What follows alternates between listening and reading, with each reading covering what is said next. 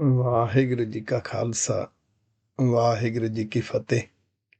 ਸ਼ੁਕਰ ਵਾਹਿਗੁਰੂ ਜੀ ਦਾ, ਅੱਜ ਆਪਾਂ ਦੀਦਾਰ ਕਰ ਰਹੇ ਹਾਂ ਸ੍ਰੀ ਗੁਰੂ ਗ੍ਰੰਥ ਸਾਹਿਬ ਜੀ ਦੇ ਪਾਵਨ ਅੰਗ 413 ਦੇ ਉੱਪਰ ਅੰਕਿਤ ਧੰਨ ਗੁਰੂ ਨਾਨਕ ਪਾਤਸ਼ਾਹ ਜੀ ਦੀਆਂ ਅਸ਼ਟਪਦੀਆਂ ਚੱਲ ਰਹੀਆਂ ਨੇ। ਆਓ ਕਰੀਏ ਦੀਦਾਰ ਜੀ। ਆਸਾ ਮਹੱਲਾ ਪਹਿਲਾ। ਆਸਾ ਰਾਗ ਦੇ ਵਿੱਚ ਗੁਰੂ ਨਾਨਕ ਪਾਤਸ਼ਾਹ ਜੀ ਦੀ ਚੌਥੀ ਅਸ਼ਟਪਦੀ ਸ਼ੁਰੂ ਹੋ ਰਹੀ ਹੈ। ਏਕ ਮੇਰਾ ਮਰੈ ਏਕ ਮਰੈ ਪੰਚੇ ਮਿਲ ਰੋਵਹਿ। ਸਤਿਗੁਰੂ ਜੀ ਦੀ ਗੁਰਬਾਣੀ ਅੰਦਰ ਕਈ ਵਾਰੀ ਦੁਨਿਆਵੀ ਉਦਾਹਰਨਾਂ ਦੇ ਕੇ ਸਾਡੇ ਜੀਵਨ ਨਾਲ ਸੰਬੰਧਿਤ ਜਿਹੜੇ ਪੱਖ ਨੇ ਉਹ ਸਿਖਾਏ ਜਾਂਦੇ ਨੇ। ਜਿੰਨੀਆਂ ਵੀ ਉਦਾਹਰਨਾਂ ਨੇ ਉਹ ਸਾਡੇ ਜੀਵਨ ਨਾਲ, ਸਾਡੇ ਸੋਚ ਸੁਭਾਅ ਨਾਲ ਸੰਬੰਧਿਤ, ਸਾਡੀਆਂ ਭਾਵਨਾਵਾਂ, ਜਜ਼ਬਾਤ, ਪ੍ਰੀਤ ਇਹਦੇ ਨਾਲ ਸੰਬੰਧਿਤ ਉਹਨੂੰ ਰਿਲੇਟ ਕਰਕੇ ਉਹਨਾਂ ਉਦਾਹਰਨਾਂ ਵਿੱਚੋਂ ਕੁਝ ਰਮਜ਼ਾਂ ਸਮਝਾ ਕੇ ਸੋਚ ਸੁਭਾਅ ਨੂੰ, ਆਪਣੀਆਂ ਭਾਵਨਾਵਾਂ ਨੂੰ ਬਦਲਣ ਵਾਸਤੇ ਗੁਰੂ ਪਾਤਸ਼ਾਹ ਇੱਕ ਦਿਸ਼ਾ ਦਿੰਦੇ ਨੇ। ਜਿਵੇਂ ਦੁਨਿਆਵੀ ਤੌਰ 'ਤੇ ਕੋਈ ਇੱਕ ਮਨੁੱਖ ਮਰਦਾ ਹੈ ਅਤੇ ਉਹਦੇ ਜਿਹੜੇ ਰਿਸ਼ਤੇ ਨੇ, ਉਹਦੇ ਮਾਤਾ ਪਿਤਾ ਨੇ, ਫਿਰ ਉਹਦੇ ਭੈਣ ਭਰਾ ਨੇ, ਫਿਰ ਉਹਦੀ ਪਤਨੀ ਹੈ, ਪੁੱਤਰ ਨੇ, ਧੀਆਂ ਨੇ, 5 ਰਿਸ਼ਤੇ ਜਿਹੜੇ ਨੇ ਉਹ ਰੋਂਦੇ ਨੇ। ਪਰ ਇੱਥੇ ਉਹ ਉਦਾਹਰਣ ਵੱਲ ਇਸ਼ਾਰਾ ਕਰਕੇ ਕਹਿੰਦੇ ਨੇ ਕਿ ਜਦੋਂ ਇਹ ਮਨ ਦੁਨਿਆਵੀ ਰਸਾਂ ਕਸਾਂ ਤੋਂ ਮਰ ਕੇ ਗੁਰੂ ਵਾਲੇ ਪਾਸੇ ਤੁਰੇਗਾ, ਉਹ ਜਿਹੜੇ 5 ਨੇ ਉਹ ਰੋਂਦੇ ਨੇ, ਭਾਵ ਉਹਨਾਂ ਦਾ ਬਸ ਨਹੀਂ ਚੱਲਦਾ। ਅੱਗੇ ਕ੍ਰੋਧ, ਮਨ ਕ੍ਰੋਧ ਨੂੰ ਗਲਵਕੜੀਆਂ ਪਾਉਂਦਾ ਸੀ, ਸਹਿਣਸ਼ੀਲਤਾ ਵਿੱਚ ਜਿਉਣਾ ਸਿੱਖ ਗਿਆ। ਕ੍ਰੋਧ ਵਿਚਾਰਾ ਰੋਂਦਾ ਹੈਗਾ, ਹੁਣ ਇਹ ਮਨ ਉਹਦੇ ਨਾਲ ਸਾਂਝ ਨਹੀਂ ਪਾਉਂਦਾ। ਇੱਦਾਂ ਇਹ ਸਤਿਗੁਰੂ ਸੱਚੇ ਪਾਤਸ਼ਾਹ ਸਾਨੂੰ ਇਸ਼ਾਰਾ ਦੇ ਰਹੇ ਨੇ। ਹਉ ਮੈਂ ਜਾਏ ਸ਼ਬਦ ਮਾਲਕ ਤੋਂ ਹੋਵੈ। ਜਦੋਂ ਗੁਰੂ ਦੇ ਉਪਦੇਸ਼ ਨੂੰ, ਜਦੋਂ ਗੁਰੂ ਪਾਤਸ਼ਾਹ ਦੇ ਰੱਬੀ ਉਪਦੇਸ਼ ਸਾਨੂੰ ਚੰਗੇ ਲੱਗਦੇ ਨੇ, ਸ਼ਬਦ ਦੇ ਅਰਥ ਉਪਦੇਸ਼ ਹੈ, ਚੰਗੇ ਲੱਗਦੇ ਨੇ, ਮੰਨਦੇ ਹਾਂ, ਅਤੇ ਅੰਦਰੋਂ ਪਹਿਲਾਂ ਹਉਮੈ ਟੁੱਟਦੀ ਹੈ। ਜਿਹੜਾ ਸੋਚ ਸੁਭਾਅ ਪਰਫੈਕਟ ਦਿਸਦਾ ਨਾ, ਮਨ ਨੂੰ ਲੱਗਦਾ ਸੱਚੀ ਮੈਨੂੰ ਜਿਉਣਾ ਨਹੀਂ ਆਇਆ। ਉਹ ਆਪਣੀ ਸੋਚ ਨੂੰ, ਸੁਭਾਅ ਨੂੰ ਬਦਲਣ ਵਾਸਤੇ, ਆਪਣੀਆਂ ਕਮਜ਼ੋਰੀਆਂ ਨੂੰ ਦੂਰ ਕਰਨ ਵਾਸਤੇ ਆਪਣੇ ਆਪ ਨੂੰ ਪਰਚੋਲਦਾ ਅਤੇ ਗੁਰੂ ਪਾਤਸ਼ਾਹ ਦੇ ਉਪਦੇਸ਼ ਨੂੰ ਮੰਨ ਕੇ ਅੰਦਰ ਜਿਹੜੀ ਆਦਤਾਂ ਦੀ ਲੱਗੀ ਹੋਈ ਮੈਲ ਹੈ ਉਹ ਧੋਤੀ ਜਾਂਦੀ ਹੈ। ਸਮਝ ਸੂਝ ਸਹਿਜ ਘਰ ਹੋਵੈ। ਫਿਰ ਜਦੋਂ ਇਹ ਸਮਝ ਪੈ ਜਾਂਦੀ ਹੈ ਕਿ ਮੇਰੇ ਦਾਤੇ, ਮੇਰੇ ਪਿਆਰੇ ਵਾਹਿਗੁਰੂ ਜੀ ਹਰ ਥਾਂ 'ਤੇ ਨੇ, ਉਹਦੀਆਂ ਝਲਕਾਂ ਨੇ, ਉਹਦੇ ਨਿਜ਼ਮ ਨੇ, ਉਹਨੂੰ ਸਮਰਪਿਤ ਹੋ ਕੇ ਜਿਉਣਾ ਹੈ, ਉਹਦੇ ਪਿਆਰ ਵਿੱਚ ਜਿਉਣਾ ਹੈ। ਜਦੋਂ ਇਹ ਸੋਝੀ ਆ ਜਾਂਦੀ ਹੈ, ਸਮਝ ਬਣ ਗਈ, ਸੋਝੀ ਆ ਗਈ, ਅੰਦਰ ਇੱਕ ਸਹਿਜ ਅਵਸਥਾ ਮਿਲਦੀ ਹੈ, ਅਡੋਲਤਾ। ਜਦੋਂ ਸਹਿਜ ਵਿੱਚ ਜਿਉਣਾ ਆ ਗਿਆ ਅਤੇ ਫਿਰ ਆਪਣੀ ਲਾਈਫ ਨੂੰ ਹਰ ਪਾਸੇ ਤੋਂ ਮੈਨੇਜ ਕਰਨਾ ਆ ਗਿਆ। ਬਿਨ ਬੂਝੇ ਸਗਲੀ ਪਤ ਖੋਵੈ। ਅਤੇ ਜਿੰਨਾ ਚਿਰ ਇਹ ਬੁੱਝਦਾ ਨਹੀਂ ਅਸਲੀ ਰਮਜ਼ ਜ਼ਿੰਦਗੀ ਦੀ, ਉਹਦੀ ਬਖਸ਼ਿਸ਼ ਕਿਵੇਂ ਲੈਣੀ ਹੈ, ਸੋਚ ਸੁਭਾਅ ਨੂੰ ਕਿਵੇਂ ਪੜਚੋਲਣਾ, ਗੁਰੂ ਪਾਤਸ਼ਾਹ ਦੇ ਮਿਸ਼ਨ 'ਤੇ ਕਿਵੇਂ ਤੁਰਨਾ ਹੈ, ਜਿੰਨਾ ਚਿਰ ਇਸ ਰਸ ਦੀ, ਇਸ ਮਾਰਗ ਦੀ ਸੋਝੀ ਨਹੀਂ, ਇਹ ਆਪਣੀ ਰੱਬ ਦੀਆਂ ਨਜ਼ਰਾਂ ਵਿੱਚ ਪਤ ਇੱਜ਼ਤ ਗਵਾ ਰਿਹਾ। ਕੌਣ ਮਰੈ ਕੌਣ ਰੋਵੈ ਉਹੀ। ਦੁਨੀਆ 'ਤੇ ਜਦੋਂ ਵੀ ਕੋਈ ਕਿਸੇ ਦੇ ਕੋਲ ਦੁੱਖ ਰੋਂਦਾ ਹੈ,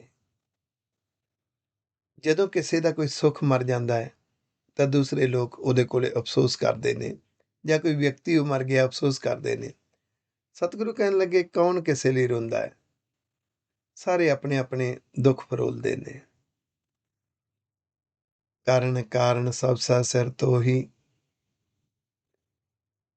ਕਿਉਂਕਿ ਵਾਹਿਗੁਰੂ ਜੀ ਜੋ ਕੁਝ ਵੀ ਹੋ ਰਿਹਾ ਹੈ, ਉਹਦਾ ਨਿਜ਼ਮ ਉਹਦੀਆਂ ਸ਼ਕਤੀਆਂ ਦੇ ਵਿੱਚੋਂ ਹੋ ਰਿਹਾ ਹੈ।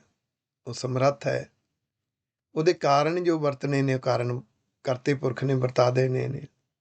ਸਾਰਿਆਂ ਦੇ ਸਿਰ 'ਤੇ ਉਹਦਾ ਹੱਥ ਹੈ, ਭਾਵ ਸਾਰਿਆਂ ਦੇ ਸਿਰ 'ਤੇ ਉਹਦਾ ਨਿਜ਼ਮ ਚੱਲ ਰਿਹਾ। ਉਹਦੇ ਨਿਜ਼ਮ ਵਿੱਚ ਸਾਰੇ ਜਿਉ ਰਹੇ ਨੇ। ਰਹਾਉ ਸੈਂਟਰਲ ਆਈਡੀਆ ਹੈ ਸ਼ਬਦ ਦਾ। ਮੂਏ ਕਉ ਰੋਵੈ ਦੁੱਖ ਕੋਏ। ਚਾਹੇ ਕੋਈ ਵਿਅਕਤੀ ਮਰ ਗਿਆ, ਸਰੀਰ ਮਰ ਗਿਆ, ਜਾਂ ਕਿਸੇ ਦੇ ਕੋਲ ਘਾਟਾ ਪੈ ਗਿਆ, ਕੁਛ ਵੀ ਉਹਦੀ ਜ਼ਿੰਦਗੀ 'ਚੋਂ ਮਰ ਗਿਆ, ਲੋਕ ਰੋਣੇ ਰੋਂਦੇ ਨੇ। ਸਤਿਗੁਰੂ ਜੀ ਕਹਿੰਦੇ ਇਹ ਐਵੇਂ ਆਪਣੇ ਦੁੱਖ ਫਰੋਲਦੇ ਨੇ। ਅਸਲੀ ਤਾਂ ਸੋ ਰੋਵੈ ਜਿਸ ਵੇਦਨ ਹੋਏ। ਜਿਹਦੇ ਅੰਦਰ ਪੀੜਾ ਹੋਏਗੀ ਨਾ, ਅਸਲੀ ਤਾਂ ਉਹ ਰੋਂਦਾ। ਬਾਕੀ ਤਾਂ ਮੈਂ ਉੱਪਰੋਂ ਉੱਪਰੋਂ ਅਫਸੋਸ ਕਰਨ ਚੱਲੀਏ ਜੀ, ਇਹ ਸਭ ਲੋਕ ਲਾਜ ਦੀਆਂ ਖੇਡਾਂ ਨੇ। ਦੁੱਖਾਂ ਦੇ ਵਿੱਚ ਕੋਈ ਕਿਸੇ ਦੇ ਕੰਮ ਨਹੀਂ ਆ ਰਿਹਾ।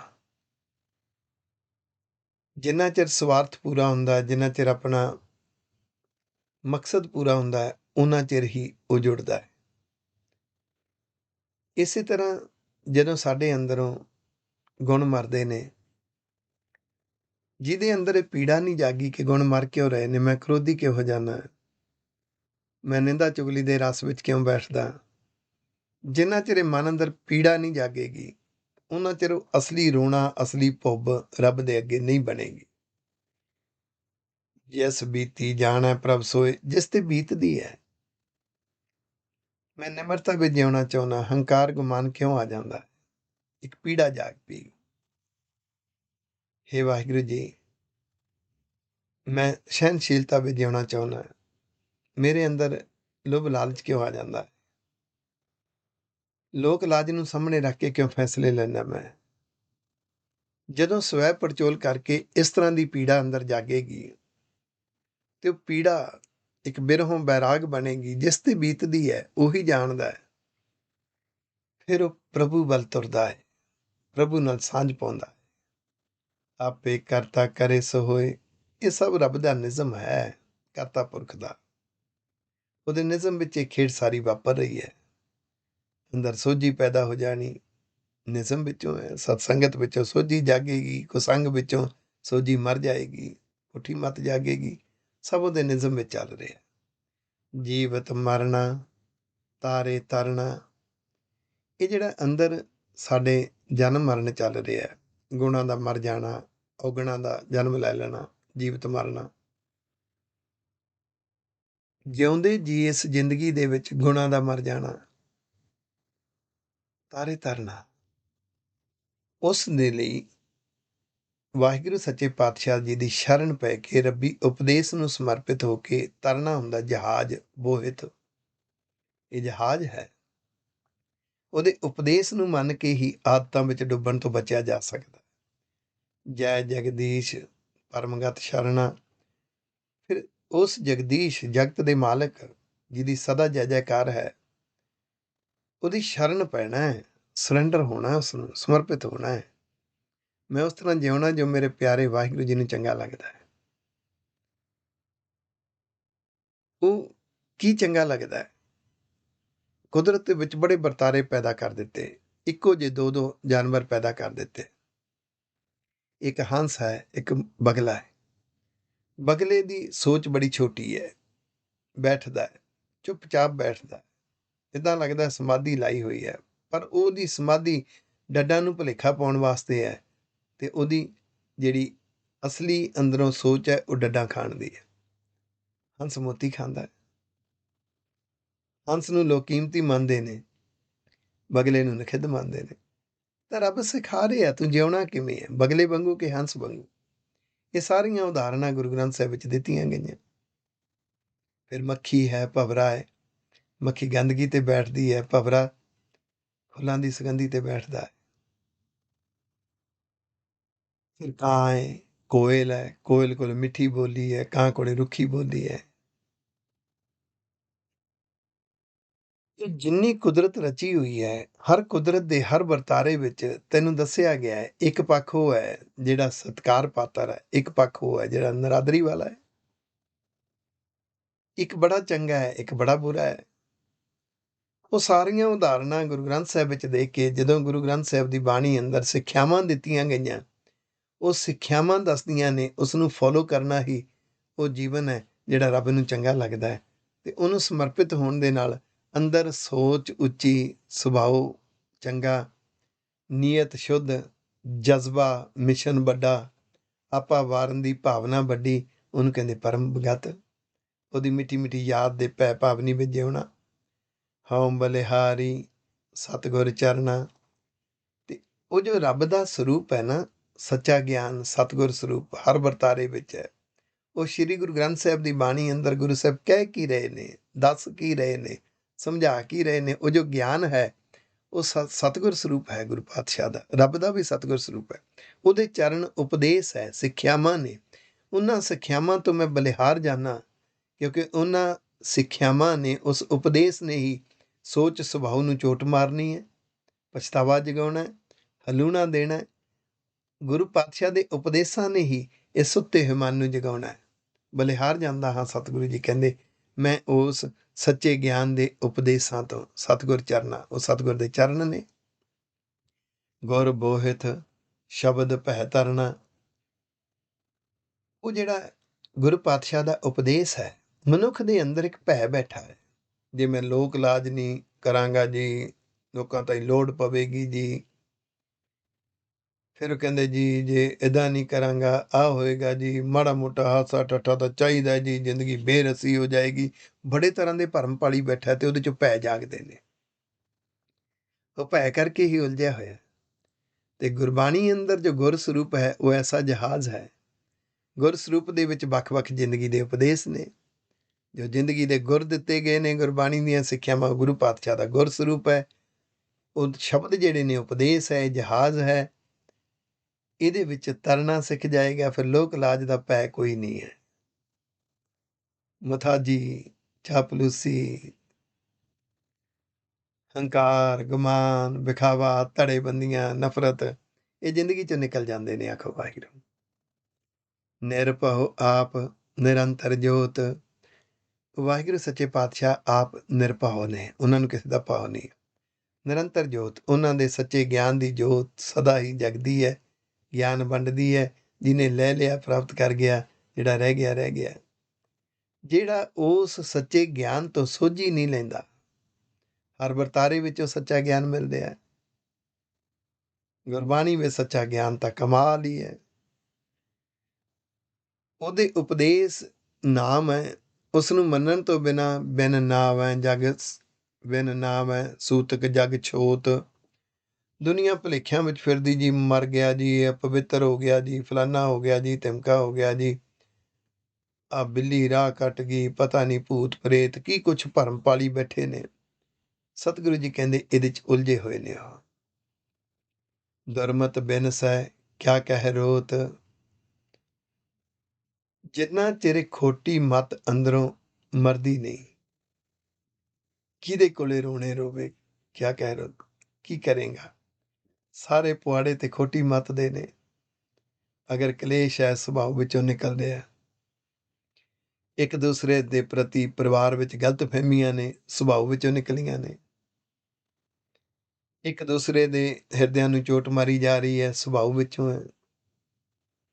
ਜਿੰਨਾ ਚਿਰ ਇਹ ਸੁਭਾਅ ਇਹ ਖੋਟੀ ਮੱਤ ਨਹੀਂ ਜਾਏਗੀ, ਕਿਹਦੇ ਕੋਲੇ ਕੀ ਕਹਿਣਾ। ਜਨਮ ਮੂਏ ਬਿਨ ਭਗਤ ਸਰੋਤ।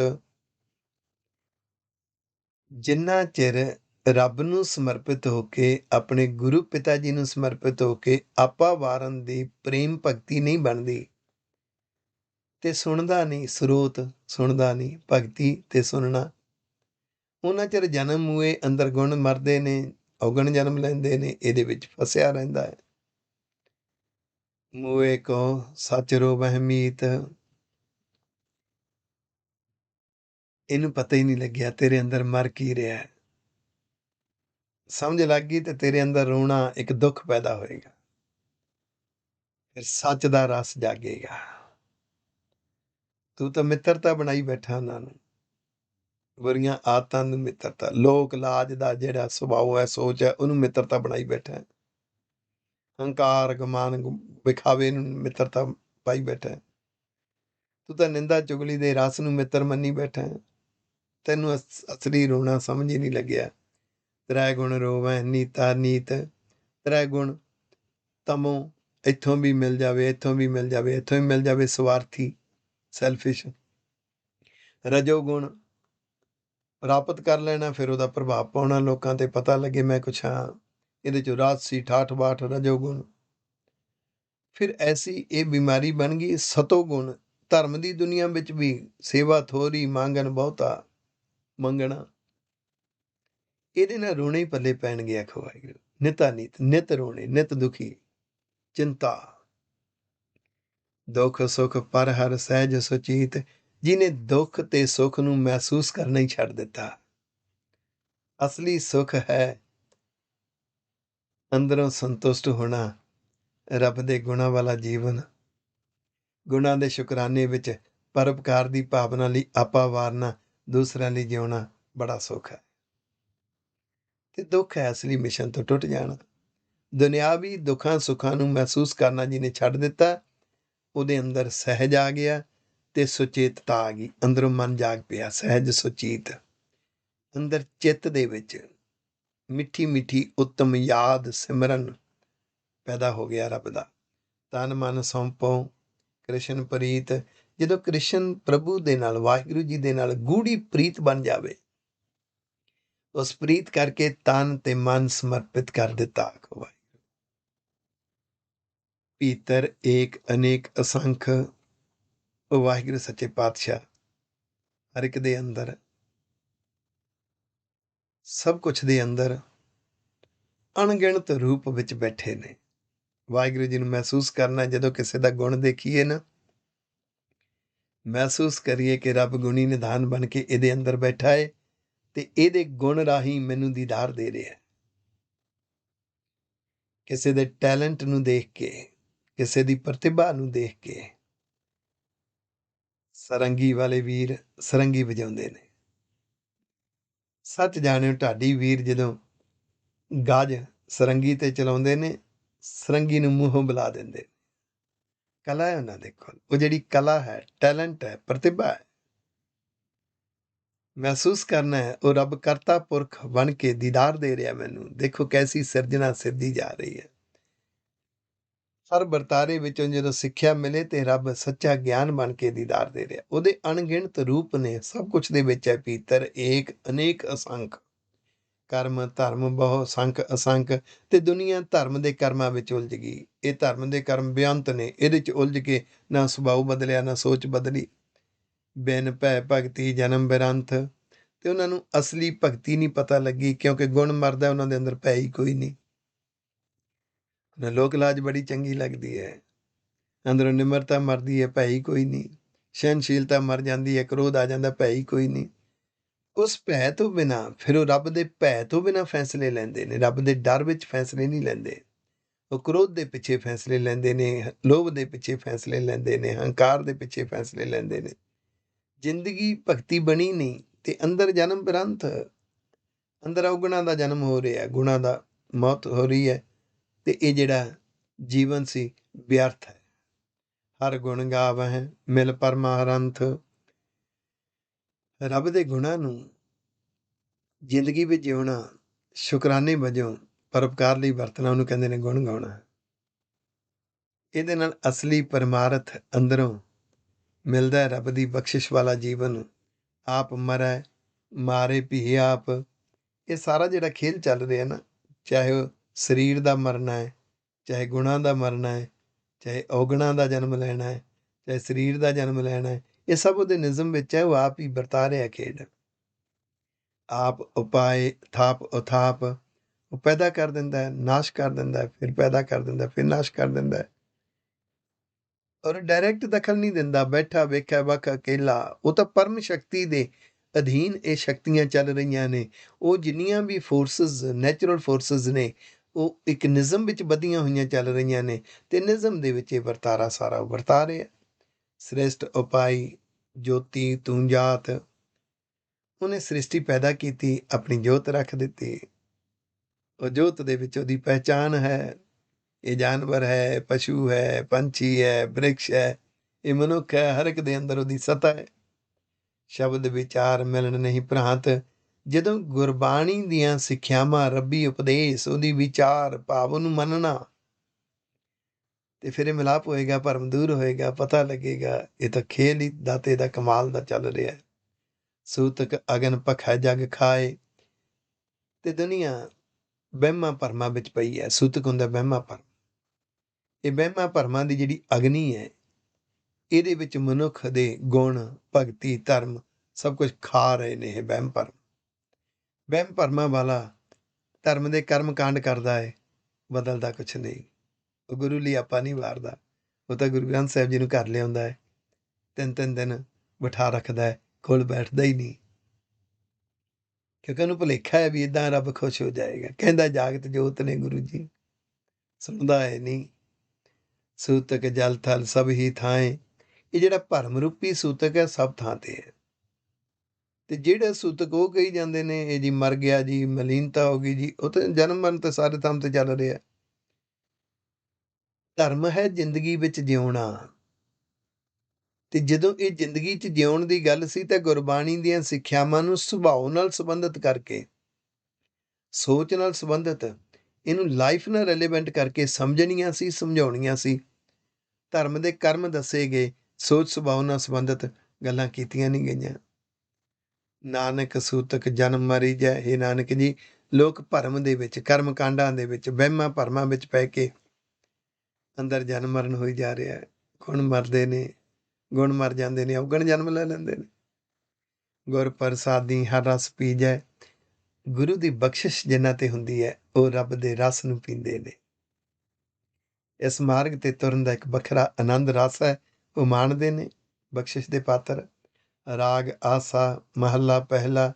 ਆਸਾ ਰਾਗ ਵਿੱਚ ਗੁਰੂ ਨਾਨਕ ਪਾਤਸ਼ਾਹ ਜੀ ਦੀ ਹੁਣ 5ਵੀਂ ਅਸ਼ਟਪਦੀ ਚੱਲ ਰਹੀ ਹੈ। ਆਪ ਵਿਚਾਰੈ ਸੋ ਪਰਖੇ ਹੀਰਾ, ਆਹਾ, ਜਿਹੜਾ ਸਵੈ ਪੜਚੋਲ ਕਰਦਾ, ਸੈਲਫ ਐਨਾਲਾਈਸਿਸ ਕਰਦਾ। ਗੁਰੂ ਪਾਤਸ਼ਾਹ ਦਾ ਹੁਕਮ ਹੈ, ਬੰਦੇ ਖੋਜ ਦਿਲ ਹਰ ਰੋਜ਼, ਨਾ ਫਿਰ ਪਰੇਸ਼ਾਨੀ ਮਾਏ। ਜਿਹਨੂੰ ਗੁਰਬਾਣੀ ਦੀਆਂ ਸਿੱਖਿਆਵਾਂ ਸਮਝ ਕੇ ਕੰਪੇਅਰ ਕਰਨਾ ਆ ਗਿਆ, ਗੁਰੂ ਸਾਹਿਬ ਕੀ ਕਹਿ ਰਹੇ ਨੇ ਤੇ ਮੈਂ ਕਿੱਦਾਂ ਜਿਉ ਰਿਹਾ, ਮੇਰੀ ਉੱਠਣੀ ਬੈਠਣੀ ਕਿੱਦਾਂ ਦੀ ਹੈ, ਮੈਂ ਜਿੱਥੇ ਬੈਠਦਾ ਉੱਥੇ ਕਿਹੋ ਜਿਹੀਆਂ ਵਿਚਾਰਾਂ ਕਰਦਾ, ਮੇਰਾ ਫੋਕਸ, ਮੇਰਾ ਨਿਸ਼ਾਨਾ ਕੀ ਹੈ।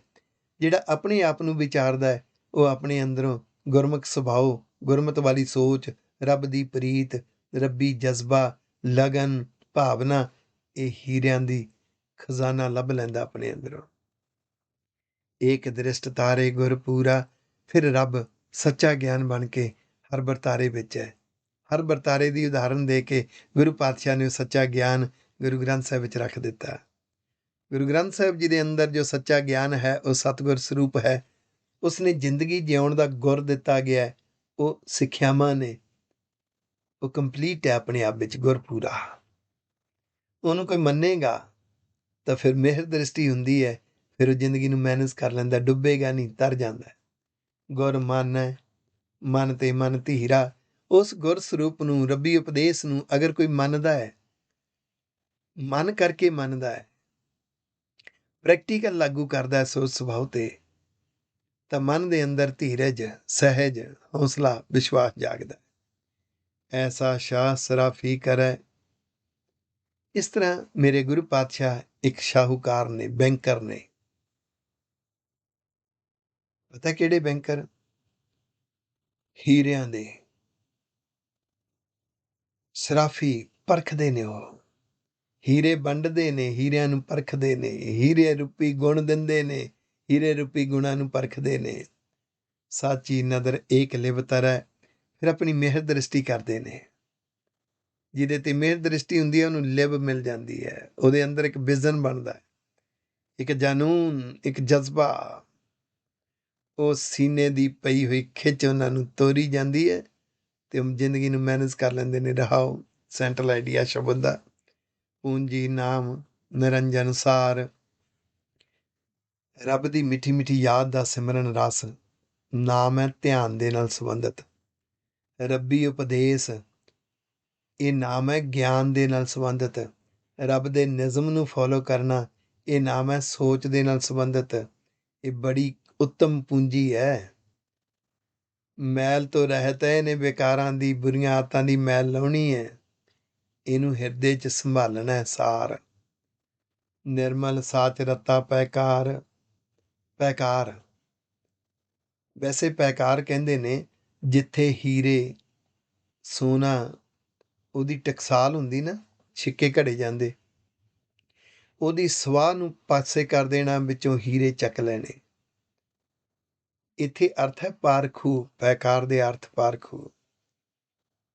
ਗੁਰੂ ਪਿਤਾ ਜੀ ਤੇ ਵਾਹਿਗੁਰੂ ਜੀ ਪਾਰਖੂ ਨੇ। ਉਹ ਖੁਦ ਨਿਰਮਲ ਨੇ। ਜਿੰਨੀ ਕਿਸੇ ਦੀ ਸੋਚ ਨਿਰਮਲ ਸ਼ੁੱਧ ਹੈ, ਨੀਅਤ ਸ਼ੁੱਧ ਹੈ, ਪਰਖ ਲੈਂਦੇ ਨੇ। ਉਹਨੂੰ ਫਿਰ ਪ੍ਰੀਤ ਗੂੜੀ ਦੇ ਦਿੰਦੇ ਨੇ। ਉਹ ਸੱਚ ਵਿੱਚ ਰੱਤੇ ਰਹਿੰਦੇ ਨੇ। ਸਿਫਤ ਸਹਿਜ ਘਰ ਗੁਰ ਕਰਤਾਰ। ਕਰਤਾ ਪੁਰਖ ਜੋ ਕ੍ਰੀਏਸ਼ਨ ਕਰ ਰਹੇ ਨੇ, ਟੈਲੈਂਟ ਬਣ ਕੇ ਮਨੁੱਖਾਂ ਦੇ ਅੰਦਰ ਤੇ ਨੈਚੁਰਲ ਫੋਰਸਸ ਕੁਦਰਤੀ ਸ਼ਕਤੀਆਂ ਬਣ ਕੇ ਕੁਦਰਤ ਦੇ ਅੰਦਰ ਸਿਰਜਣਾ ਸਿਰਜੀ ਜਾ ਰਹੀ ਹੈ। ਕਿੰਨਾ ਕੁਛ ਰਚਿਆ ਜਾ ਰਿਹਾ। ਉਹ ਕਰਤਾ ਪੁਰਖ ਦਾ ਸਰੂਪ ਹੈ ਸੱਚਾ ਗਿਆਨ।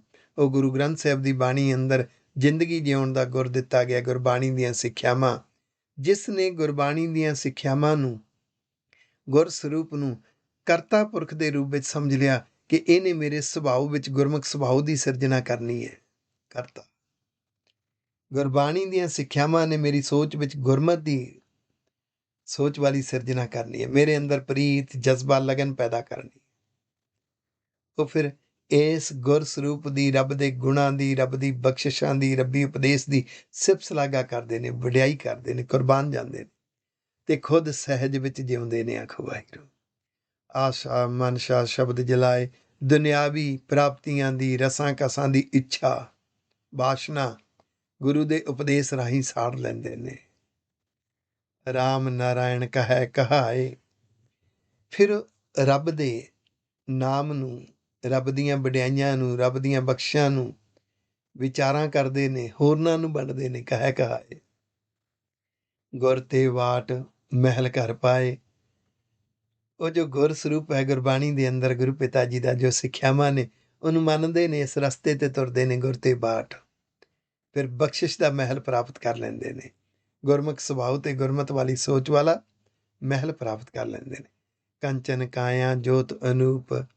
ਫਿਰ ਅੰਦਰੋਂ, ਆਪਣੇ ਅੰਦਰੋਂ ਵੀ ਤੇ ਬਾਹਰ ਹਰ ਥਾਂ ਤੇ ਉਸ ਵਾਹਿਗੁਰੂ ਜੀ ਦੀ ਜੋਤ ਨੂੰ, ਸੱਚੇ ਗਿਆਨ ਨੂੰ, ਜਿਹੜੀ ਉਪਮਾ ਤੋਂ ਰਹਿਤ ਹੈ, ਕਮਾਲ ਤੋਂ ਪਰੇ ਹੈ, ਉਸ ਨੂੰ ਮਹਿਸੂਸ ਕਰਦੇ ਨੇ। ਉਹਦੀ ਭੈ ਭਾਵਨੀ ਵਿੱਚ ਜਿਉਂਦੇ ਨੇ।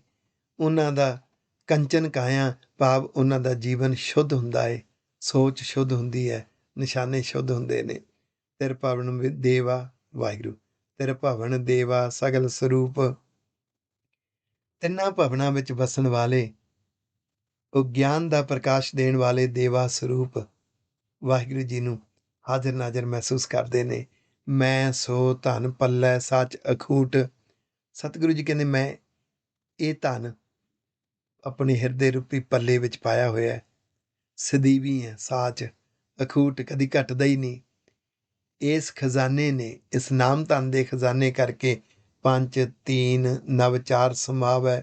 ਸਮਝ ਲੱਗੀ ਕਿ ਵਾਹਿਗੁਰੂ ਜੀ ਪੰਜਾਂ ਤੱਤਾਂ ਵਿੱਚ, ਤਿੰਨਾਂ ਭਵਨਾਂ ਵਿੱਚ, 9 ਖੰਡਾਂ ਵਿੱਚ, ਚਾਰੇ ਕੁੰਟਾਂ ਵਿੱਚ, ਪੰਜ ਤੀਨ ਨਵ ਚਾਰ ਸਮਾਵੈ ਭਾਵ ਹਰ ਥਾਂ ਤੇ ਵਾਹਿਗੁਰੂ ਜੀ ਸਮਾਏ ਹੋਏ ਨੇ। ਸੱਚਾ ਗਿਆਨ ਬਣ ਕੇ, ਨਿਜ਼ਮ ਬਣ ਕੇ, ਗੁਣ ਬਣ ਕੇ, ਸ਼ਕਤੀਆਂ ਬਣ ਕੇ। ਧਾਰਨ ਗਗਨ ਕਲ ਧਾਰ ਰਹਾਵੈ। ਉਹਨੇ ਧਰਤੀ ਤੇ ਆਕਾਸ਼ ਇੱਕ ਨਿਜ਼ਮ ਵਿੱਚ ਟਿਕਾਏ ਹੋਏ ਨੇ ਤੇ ਹਰ ਵਰਤਾਰੇ ਵਿੱਚ ਉਹ ਵਸਿਆ ਹੋਇਆ ਹੈ। ਬਾਹਰ ਜਤ ਉਲਟ ਪਰਾਵੈ। ਜਿਸ ਨੇ ਉਸ ਧਰਤੀ ਤੇ ਆਕਾਸ਼ ਦੇ ਵਿੱਚ ਕਲਾ ਟਿਕਾਉਣ ਵਾਲੇ, ਸਤਾ ਟਿਕਾਉਣ ਵਾਲੇ ਵਾਹਿਗੁਰੂ ਜੀ ਨੂੰ ਹਿਰਦੇ 'ਚ ਵਸਾ ਲਿਆ, ਉਹਨਾਂ ਆਪਣੇ ਮਨ ਨੂੰ ਬਾਹਰ ਜਾਂਦਾ, ਗਲਤ ਪਾਸੇ ਜਾਂਦਾ, ਉਲਟ ਪਾਸੇ ਜਾਂਦਾ, ਰੋਕ ਕੇ ਸਿੱਧੇ ਪਾਸੇ ਲਾ ਲਿਆ। ਮੂਰਖ ਹੋਏ ਨਾ ਆਖੀਂ ਸੂਝੈ। ਆਖੀਂ ਅੱਖਾਂ ਦੇ ਨਾਲ। ਜਿਹੜਾ ਮਨ ਮੂਰਖ ਹੈ, ਮਨ ਦੀਆਂ ਮਰਜ਼ੀਆਂ ਦੇ ਪਿੱਛੇ ਚੱਲਦਾ ਹੈ, ਮਨ ਦੀਆਂ ਮਰਜ਼ੀਆਂ ਚੱਲਦੀਆਂ ਨੇ ਜਿਸ ਜੀਵਨ ਵਿੱਚ, ਉਹ ਅੱਖਾਂ ਨਾਲ ਸੁੱਝਦਾ ਨਹੀਂ। ਉਹਦੇ ਸਾਹਮਣੇ ਵਰਤਾਰੇ ਵਰਤ ਰਹੇ ਨੇ, ਉਹਨੂੰ ਨਹੀਂ ਸਮਝ ਆਉਂਦੀ। ਜਿਹਵਾ ਰਸ ਨਹੀਂ ਕਹਿਆ ਬੂਝੈ। ਉਹਦੇ ਸਾਹਮਣੇ ਗੁਰੂ ਕੀਆਂ ਵਿਚਾਰਾਂ ਹੁੰਦੀਆਂ ਨੇ, ਰੱਬੀ ਵਿਚਾਰਾਂ ਹੁੰਦੀਆਂ ਨੇ, ਉਹਨੂੰ ਰਸ ਹੀ ਨਹੀਂ ਆਉਂਦਾ। ਉਹ ਨਿੰਦਾ ਚੁਗਲੀ ਕਰ ਲਏਗਾ, ਰੱਬੀ ਵਿਚਾਰਾਂ ਨਹੀਂ ਕਰ ਰਹੇਗਾ। ਜਿੱਥੇ ਨਿੰਦਾ ਚੁਗਲੀ ਚੱਲਦੀ, ਉੱਥੇ ਗੁਰੂ ਦੀਆਂ ਵਿਚਾਰਾਂ ਸ਼ੁਰੂ ਕਰਦੇ ਚੁੱਪ ਹੀ ਹੋ ਜਾਂਦੇ ਨੇ, ਕਿਉਂਕਿ ਜੀਵਾ ਵਿੱਚ ਰਸ ਨਹੀਂ। ਕਹਿਆ ਹੋਇਆ ਸਮਝਦੇ ਨਹੀਂ, ਬੁੱਝਦੇ ਨਹੀਂ। ਬਿਖ ਕਾ ਮਾਤਾ ਜਗ ਸਿਉ ਲੂਝੈ। ਜਿਹੜਾ ਮਨ ਵਿਕਾਰਾਂ ਰੂਪੀ ਜ਼ਹਿਰ ਵਿੱਚ ਮਸਤ ਹੋ ਗਿਆ, ਉਹ ਜਗਤ ਵਿੱਚ ਉਲਝ ਗਿਆ, ਚਿੰਤਾਵਾਂ ਵਿੱਚ ਉਲਝ ਗਿਆ, ਘੁੰਮਣ ਘੇਰੀਆਂ ਵਿੱਚ ਉਲਝ ਗਿਆ। ਉੱਤਮ ਸੰਗਤ ਉੱਤਮ ਹੋਵੈ। ਤੇ ਜਿਹਨੇ ਉੱਚੀ ਸੰਗਤ ਕਰ ਲਈ, ਚੰਗੀ ਸੰਗਤ ਕਰ ਲਈ, ਉਹ ਚੰਗੇ ਵਿਚਾਰਾਂ ਵਾਲਾ ਬਣ ਜਾਂਦਾ ਹੈ। ਉੱਤਮ ਸੋਚ ਹੋ ਜਾਂਦੀ ਹੈ। ਗੁਣ ਕੋ ਧਾਵੈ ਆਪ ਗੁਣ ਧੋਵੈ। ਉਹ ਗੁਣਾਂ ਦੇ ਲਈ ਯਤਨ ਕਰਦੇ ਨੇ। ਹਰ ਇੱਕ ਦੇ ਵਿੱਚੋਂ ਗੁਣ ਦੇਖਦੇ ਨੇ, ਉਹਨਾਂ ਗੁਣਾਂ ਤੋਂ ਪ੍ਰਭਾਵਿਤ ਹੋ ਕੇ ਗੁਣਾਂ ਨੂੰ ਆਪਣੇ ਅੰਦਰ ਲਿਆਉਂਦੇ ਨੇ। ਉਹ ਹਰ ਗਿਆਨ ਵਿੱਚੋਂ ਆਪਣੇ ਅੰਦਰ ਗੁਣਾਂ ਨੂੰ ਵਧਾਉਂਦੇ ਨੇ, ਗੁਣਾਂ ਨੂੰ ਪ੍ਰੈਕਟੀਕਲ ਜਿਉਂਦੇ ਨੇ। ਫਿਰ ਇਸ ਅਹਿਸਾਸ ਵਿੱਚ ਕਿ ਗੁਣ ਦਾਤੇ ਦੇ ਨੇ, ਉਹਨਾਂ ਗੁਣਾਂ ਨਾਲ ਪਰਉਪਕਾਰ ਕਰਦੇ ਨੇ, ਜ਼ਿੰਦਗੀ ਵਿੱਚੋਂ ਔਗਣ ਧੋ ਦਿੰਦੇ ਨੇ, ਸਵੈ ਪਰਚੋਲ ਕਰਦੇ ਨੇ। ਬਿਨ ਗੁਰ ਸੇਵੇ ਸਹਿਜ ਨਾ ਹੋਵੈ। ਜਿੰਨਾ ਚਿਰ ਗੁਰ ਸਰੂਪ ਗੁਰਬਾਣੀ ਦੇ ਉਪਦੇਸ਼ ਮੰਨੇਗਾ ਨਹੀਂ, ਜ਼ਿੰਦਗੀ 'ਚ ਤੇਰੇ ਸਹਿਜ ਨਹੀਂ ਆਏਗਾ। ਜਲਦਬਾਜ਼ੀ 'ਚ ਫੈਸਲੇ ਲੈਣੇ, ਚੁਸਤ ਚਲਾਕੀਆਂ ਵਰਤਣੀਆਂ, ਸਵਾਰਥ ਪੂਰਾ ਕਰਨ ਵਾਸਤੇ ਚਾਪਲੂਸੀਆਂ ਕਰਨੀਆਂ, ਬੰਦਿਆਂ ਦੀਆਂ ਮੁਥਾਜੀਆਂ ਕਰਨੀਆਂ, ਲੋਕ ਲਾਜ ਨੂੰ ਸਾਹਮਣੇ ਰੱਖ ਕੇ ਫੈਸਲੇ ਲੈਣੇ, ਇਸ ਵਿੱਚ ਉਲਝਿਆ ਰਹੇਗਾ, ਸਹਿਜ ਨਹੀਂ ਆਏਗਾ। ਆਖੋ ਵਾਹਿਗੁਰੂ। ਬਿਨ ਗੁਰ ਸੇਵੇ, ਜਿੰਨਾ ਚਿਰ ਗੁਰ ਸਰੂਪ ਗੁਰੂ ਉਪਦੇਸ਼ ਨੂੰ ਮੰਨੇਗਾ ਨਹੀਂ, ਉਹੀ ਸੇਵਾ ਹੈ। ਗੁਰ ਕੀ ਸੇਵਾ ਸ਼ਬਦ ਵਿਚਾਰ, ਸ਼ਬਦ ਉਪਦੇਸ਼ ਹੈ। ਵਿਚਾਰਨਾ ਇਸ ਉਪਦੇਸ਼ ਦਾ ਮੈਨੂੰ ਫਾਇਦਾ ਕੀ ਹੋਣਾ, ਉਹਨੂੰ ਮੰਨਣਾ। ਹੀਰਾ ਨਾਮ ਜਵੇਹਰ ਲਾਲ, ਉਹ ਮੰਨਣਾ ਜੋ ਹੈ ਉਹ ਗਿਆਨ ਰੂਪੀ ਨਾਮ ਹੈ। ਐਸਾ ਹੀਰਾ ਹੈ ਜਵਾਹਰ ਲਾਲ, ਅੰਦਰ ਗੁਣ ਭਾਵਨਾ ਪੈਦਾ ਕਰਦਾ ਹੈ, ਪ੍ਰੀਤ ਪੈਦਾ ਕਰਦਾ ਹੈ। ਮਨ ਮੋਤੀ ਹੈ ਤਿਸ ਕਾ ਮਾਲ, ਇਹ ਮਨ ਫਿਰ ਮੋਤੀ ਬਣ ਜਾਂਦਾ ਹੈ। ਇਹ ਉਹਦਾ ਖਜ਼ਾਨਾ ਹੈ, ਇਹ ਉਹਦੇ ਕੋਲ ਮਾਲ ਤਾਨਾ ਹੈ। ਨਾਨਕ ਪਰਖੈ ਨਦਰ ਨਿਹਾਲ, ਮਿਹਰ ਦੀ ਦ੍ਰਿਸ਼ਟ ਹੋ ਜਾਵੇ ਤੇ ਪਰਖ ਦ੍ਰਿਸ਼ਟੀ ਮਿਲ ਜਾਂਦੀ ਹੈ। ਤੇ ਵਾਹਿਗੁਰੂ ਜੀ ਹਰ ਇੱਕ ਨੂੰ ਪਰਖਦੇ ਨੇ, ਪਰਖ ਕੇ ਮਿਹਰ ਦ੍ਰਿਸ਼ਟੀ ਕਰਕੇ ਖੁਸ਼ੀਆਂ ਵੰਡ ਦਿੰਦੇ ਨੇ। ਸਤਿਗੁਰੂ ਜੀ ਕਿਰਪਾ ਕਰਨ। ਜਿੰਨਾ ਕੁ ਪੜ੍ਹੀਏ ਸੁਣੀਏ, ਜ਼ਿੰਦਗੀ ਵਿੱਚ ਆਵੇ, ਹੋਰਨਾਂ ਨੂੰ ਵੰਡੀਏ। ਭੁੱਲਾਂ ਚੁੱਕਾਂ ਦੀ ਖਿਮਾ। ਵਾਹਿਗੁਰੂ ਜੀ ਕਾ ਖਾਲਸਾ, ਵਾਹਿਗੁਰੂ ਜੀ ਕੀ ਫਤਿਹ।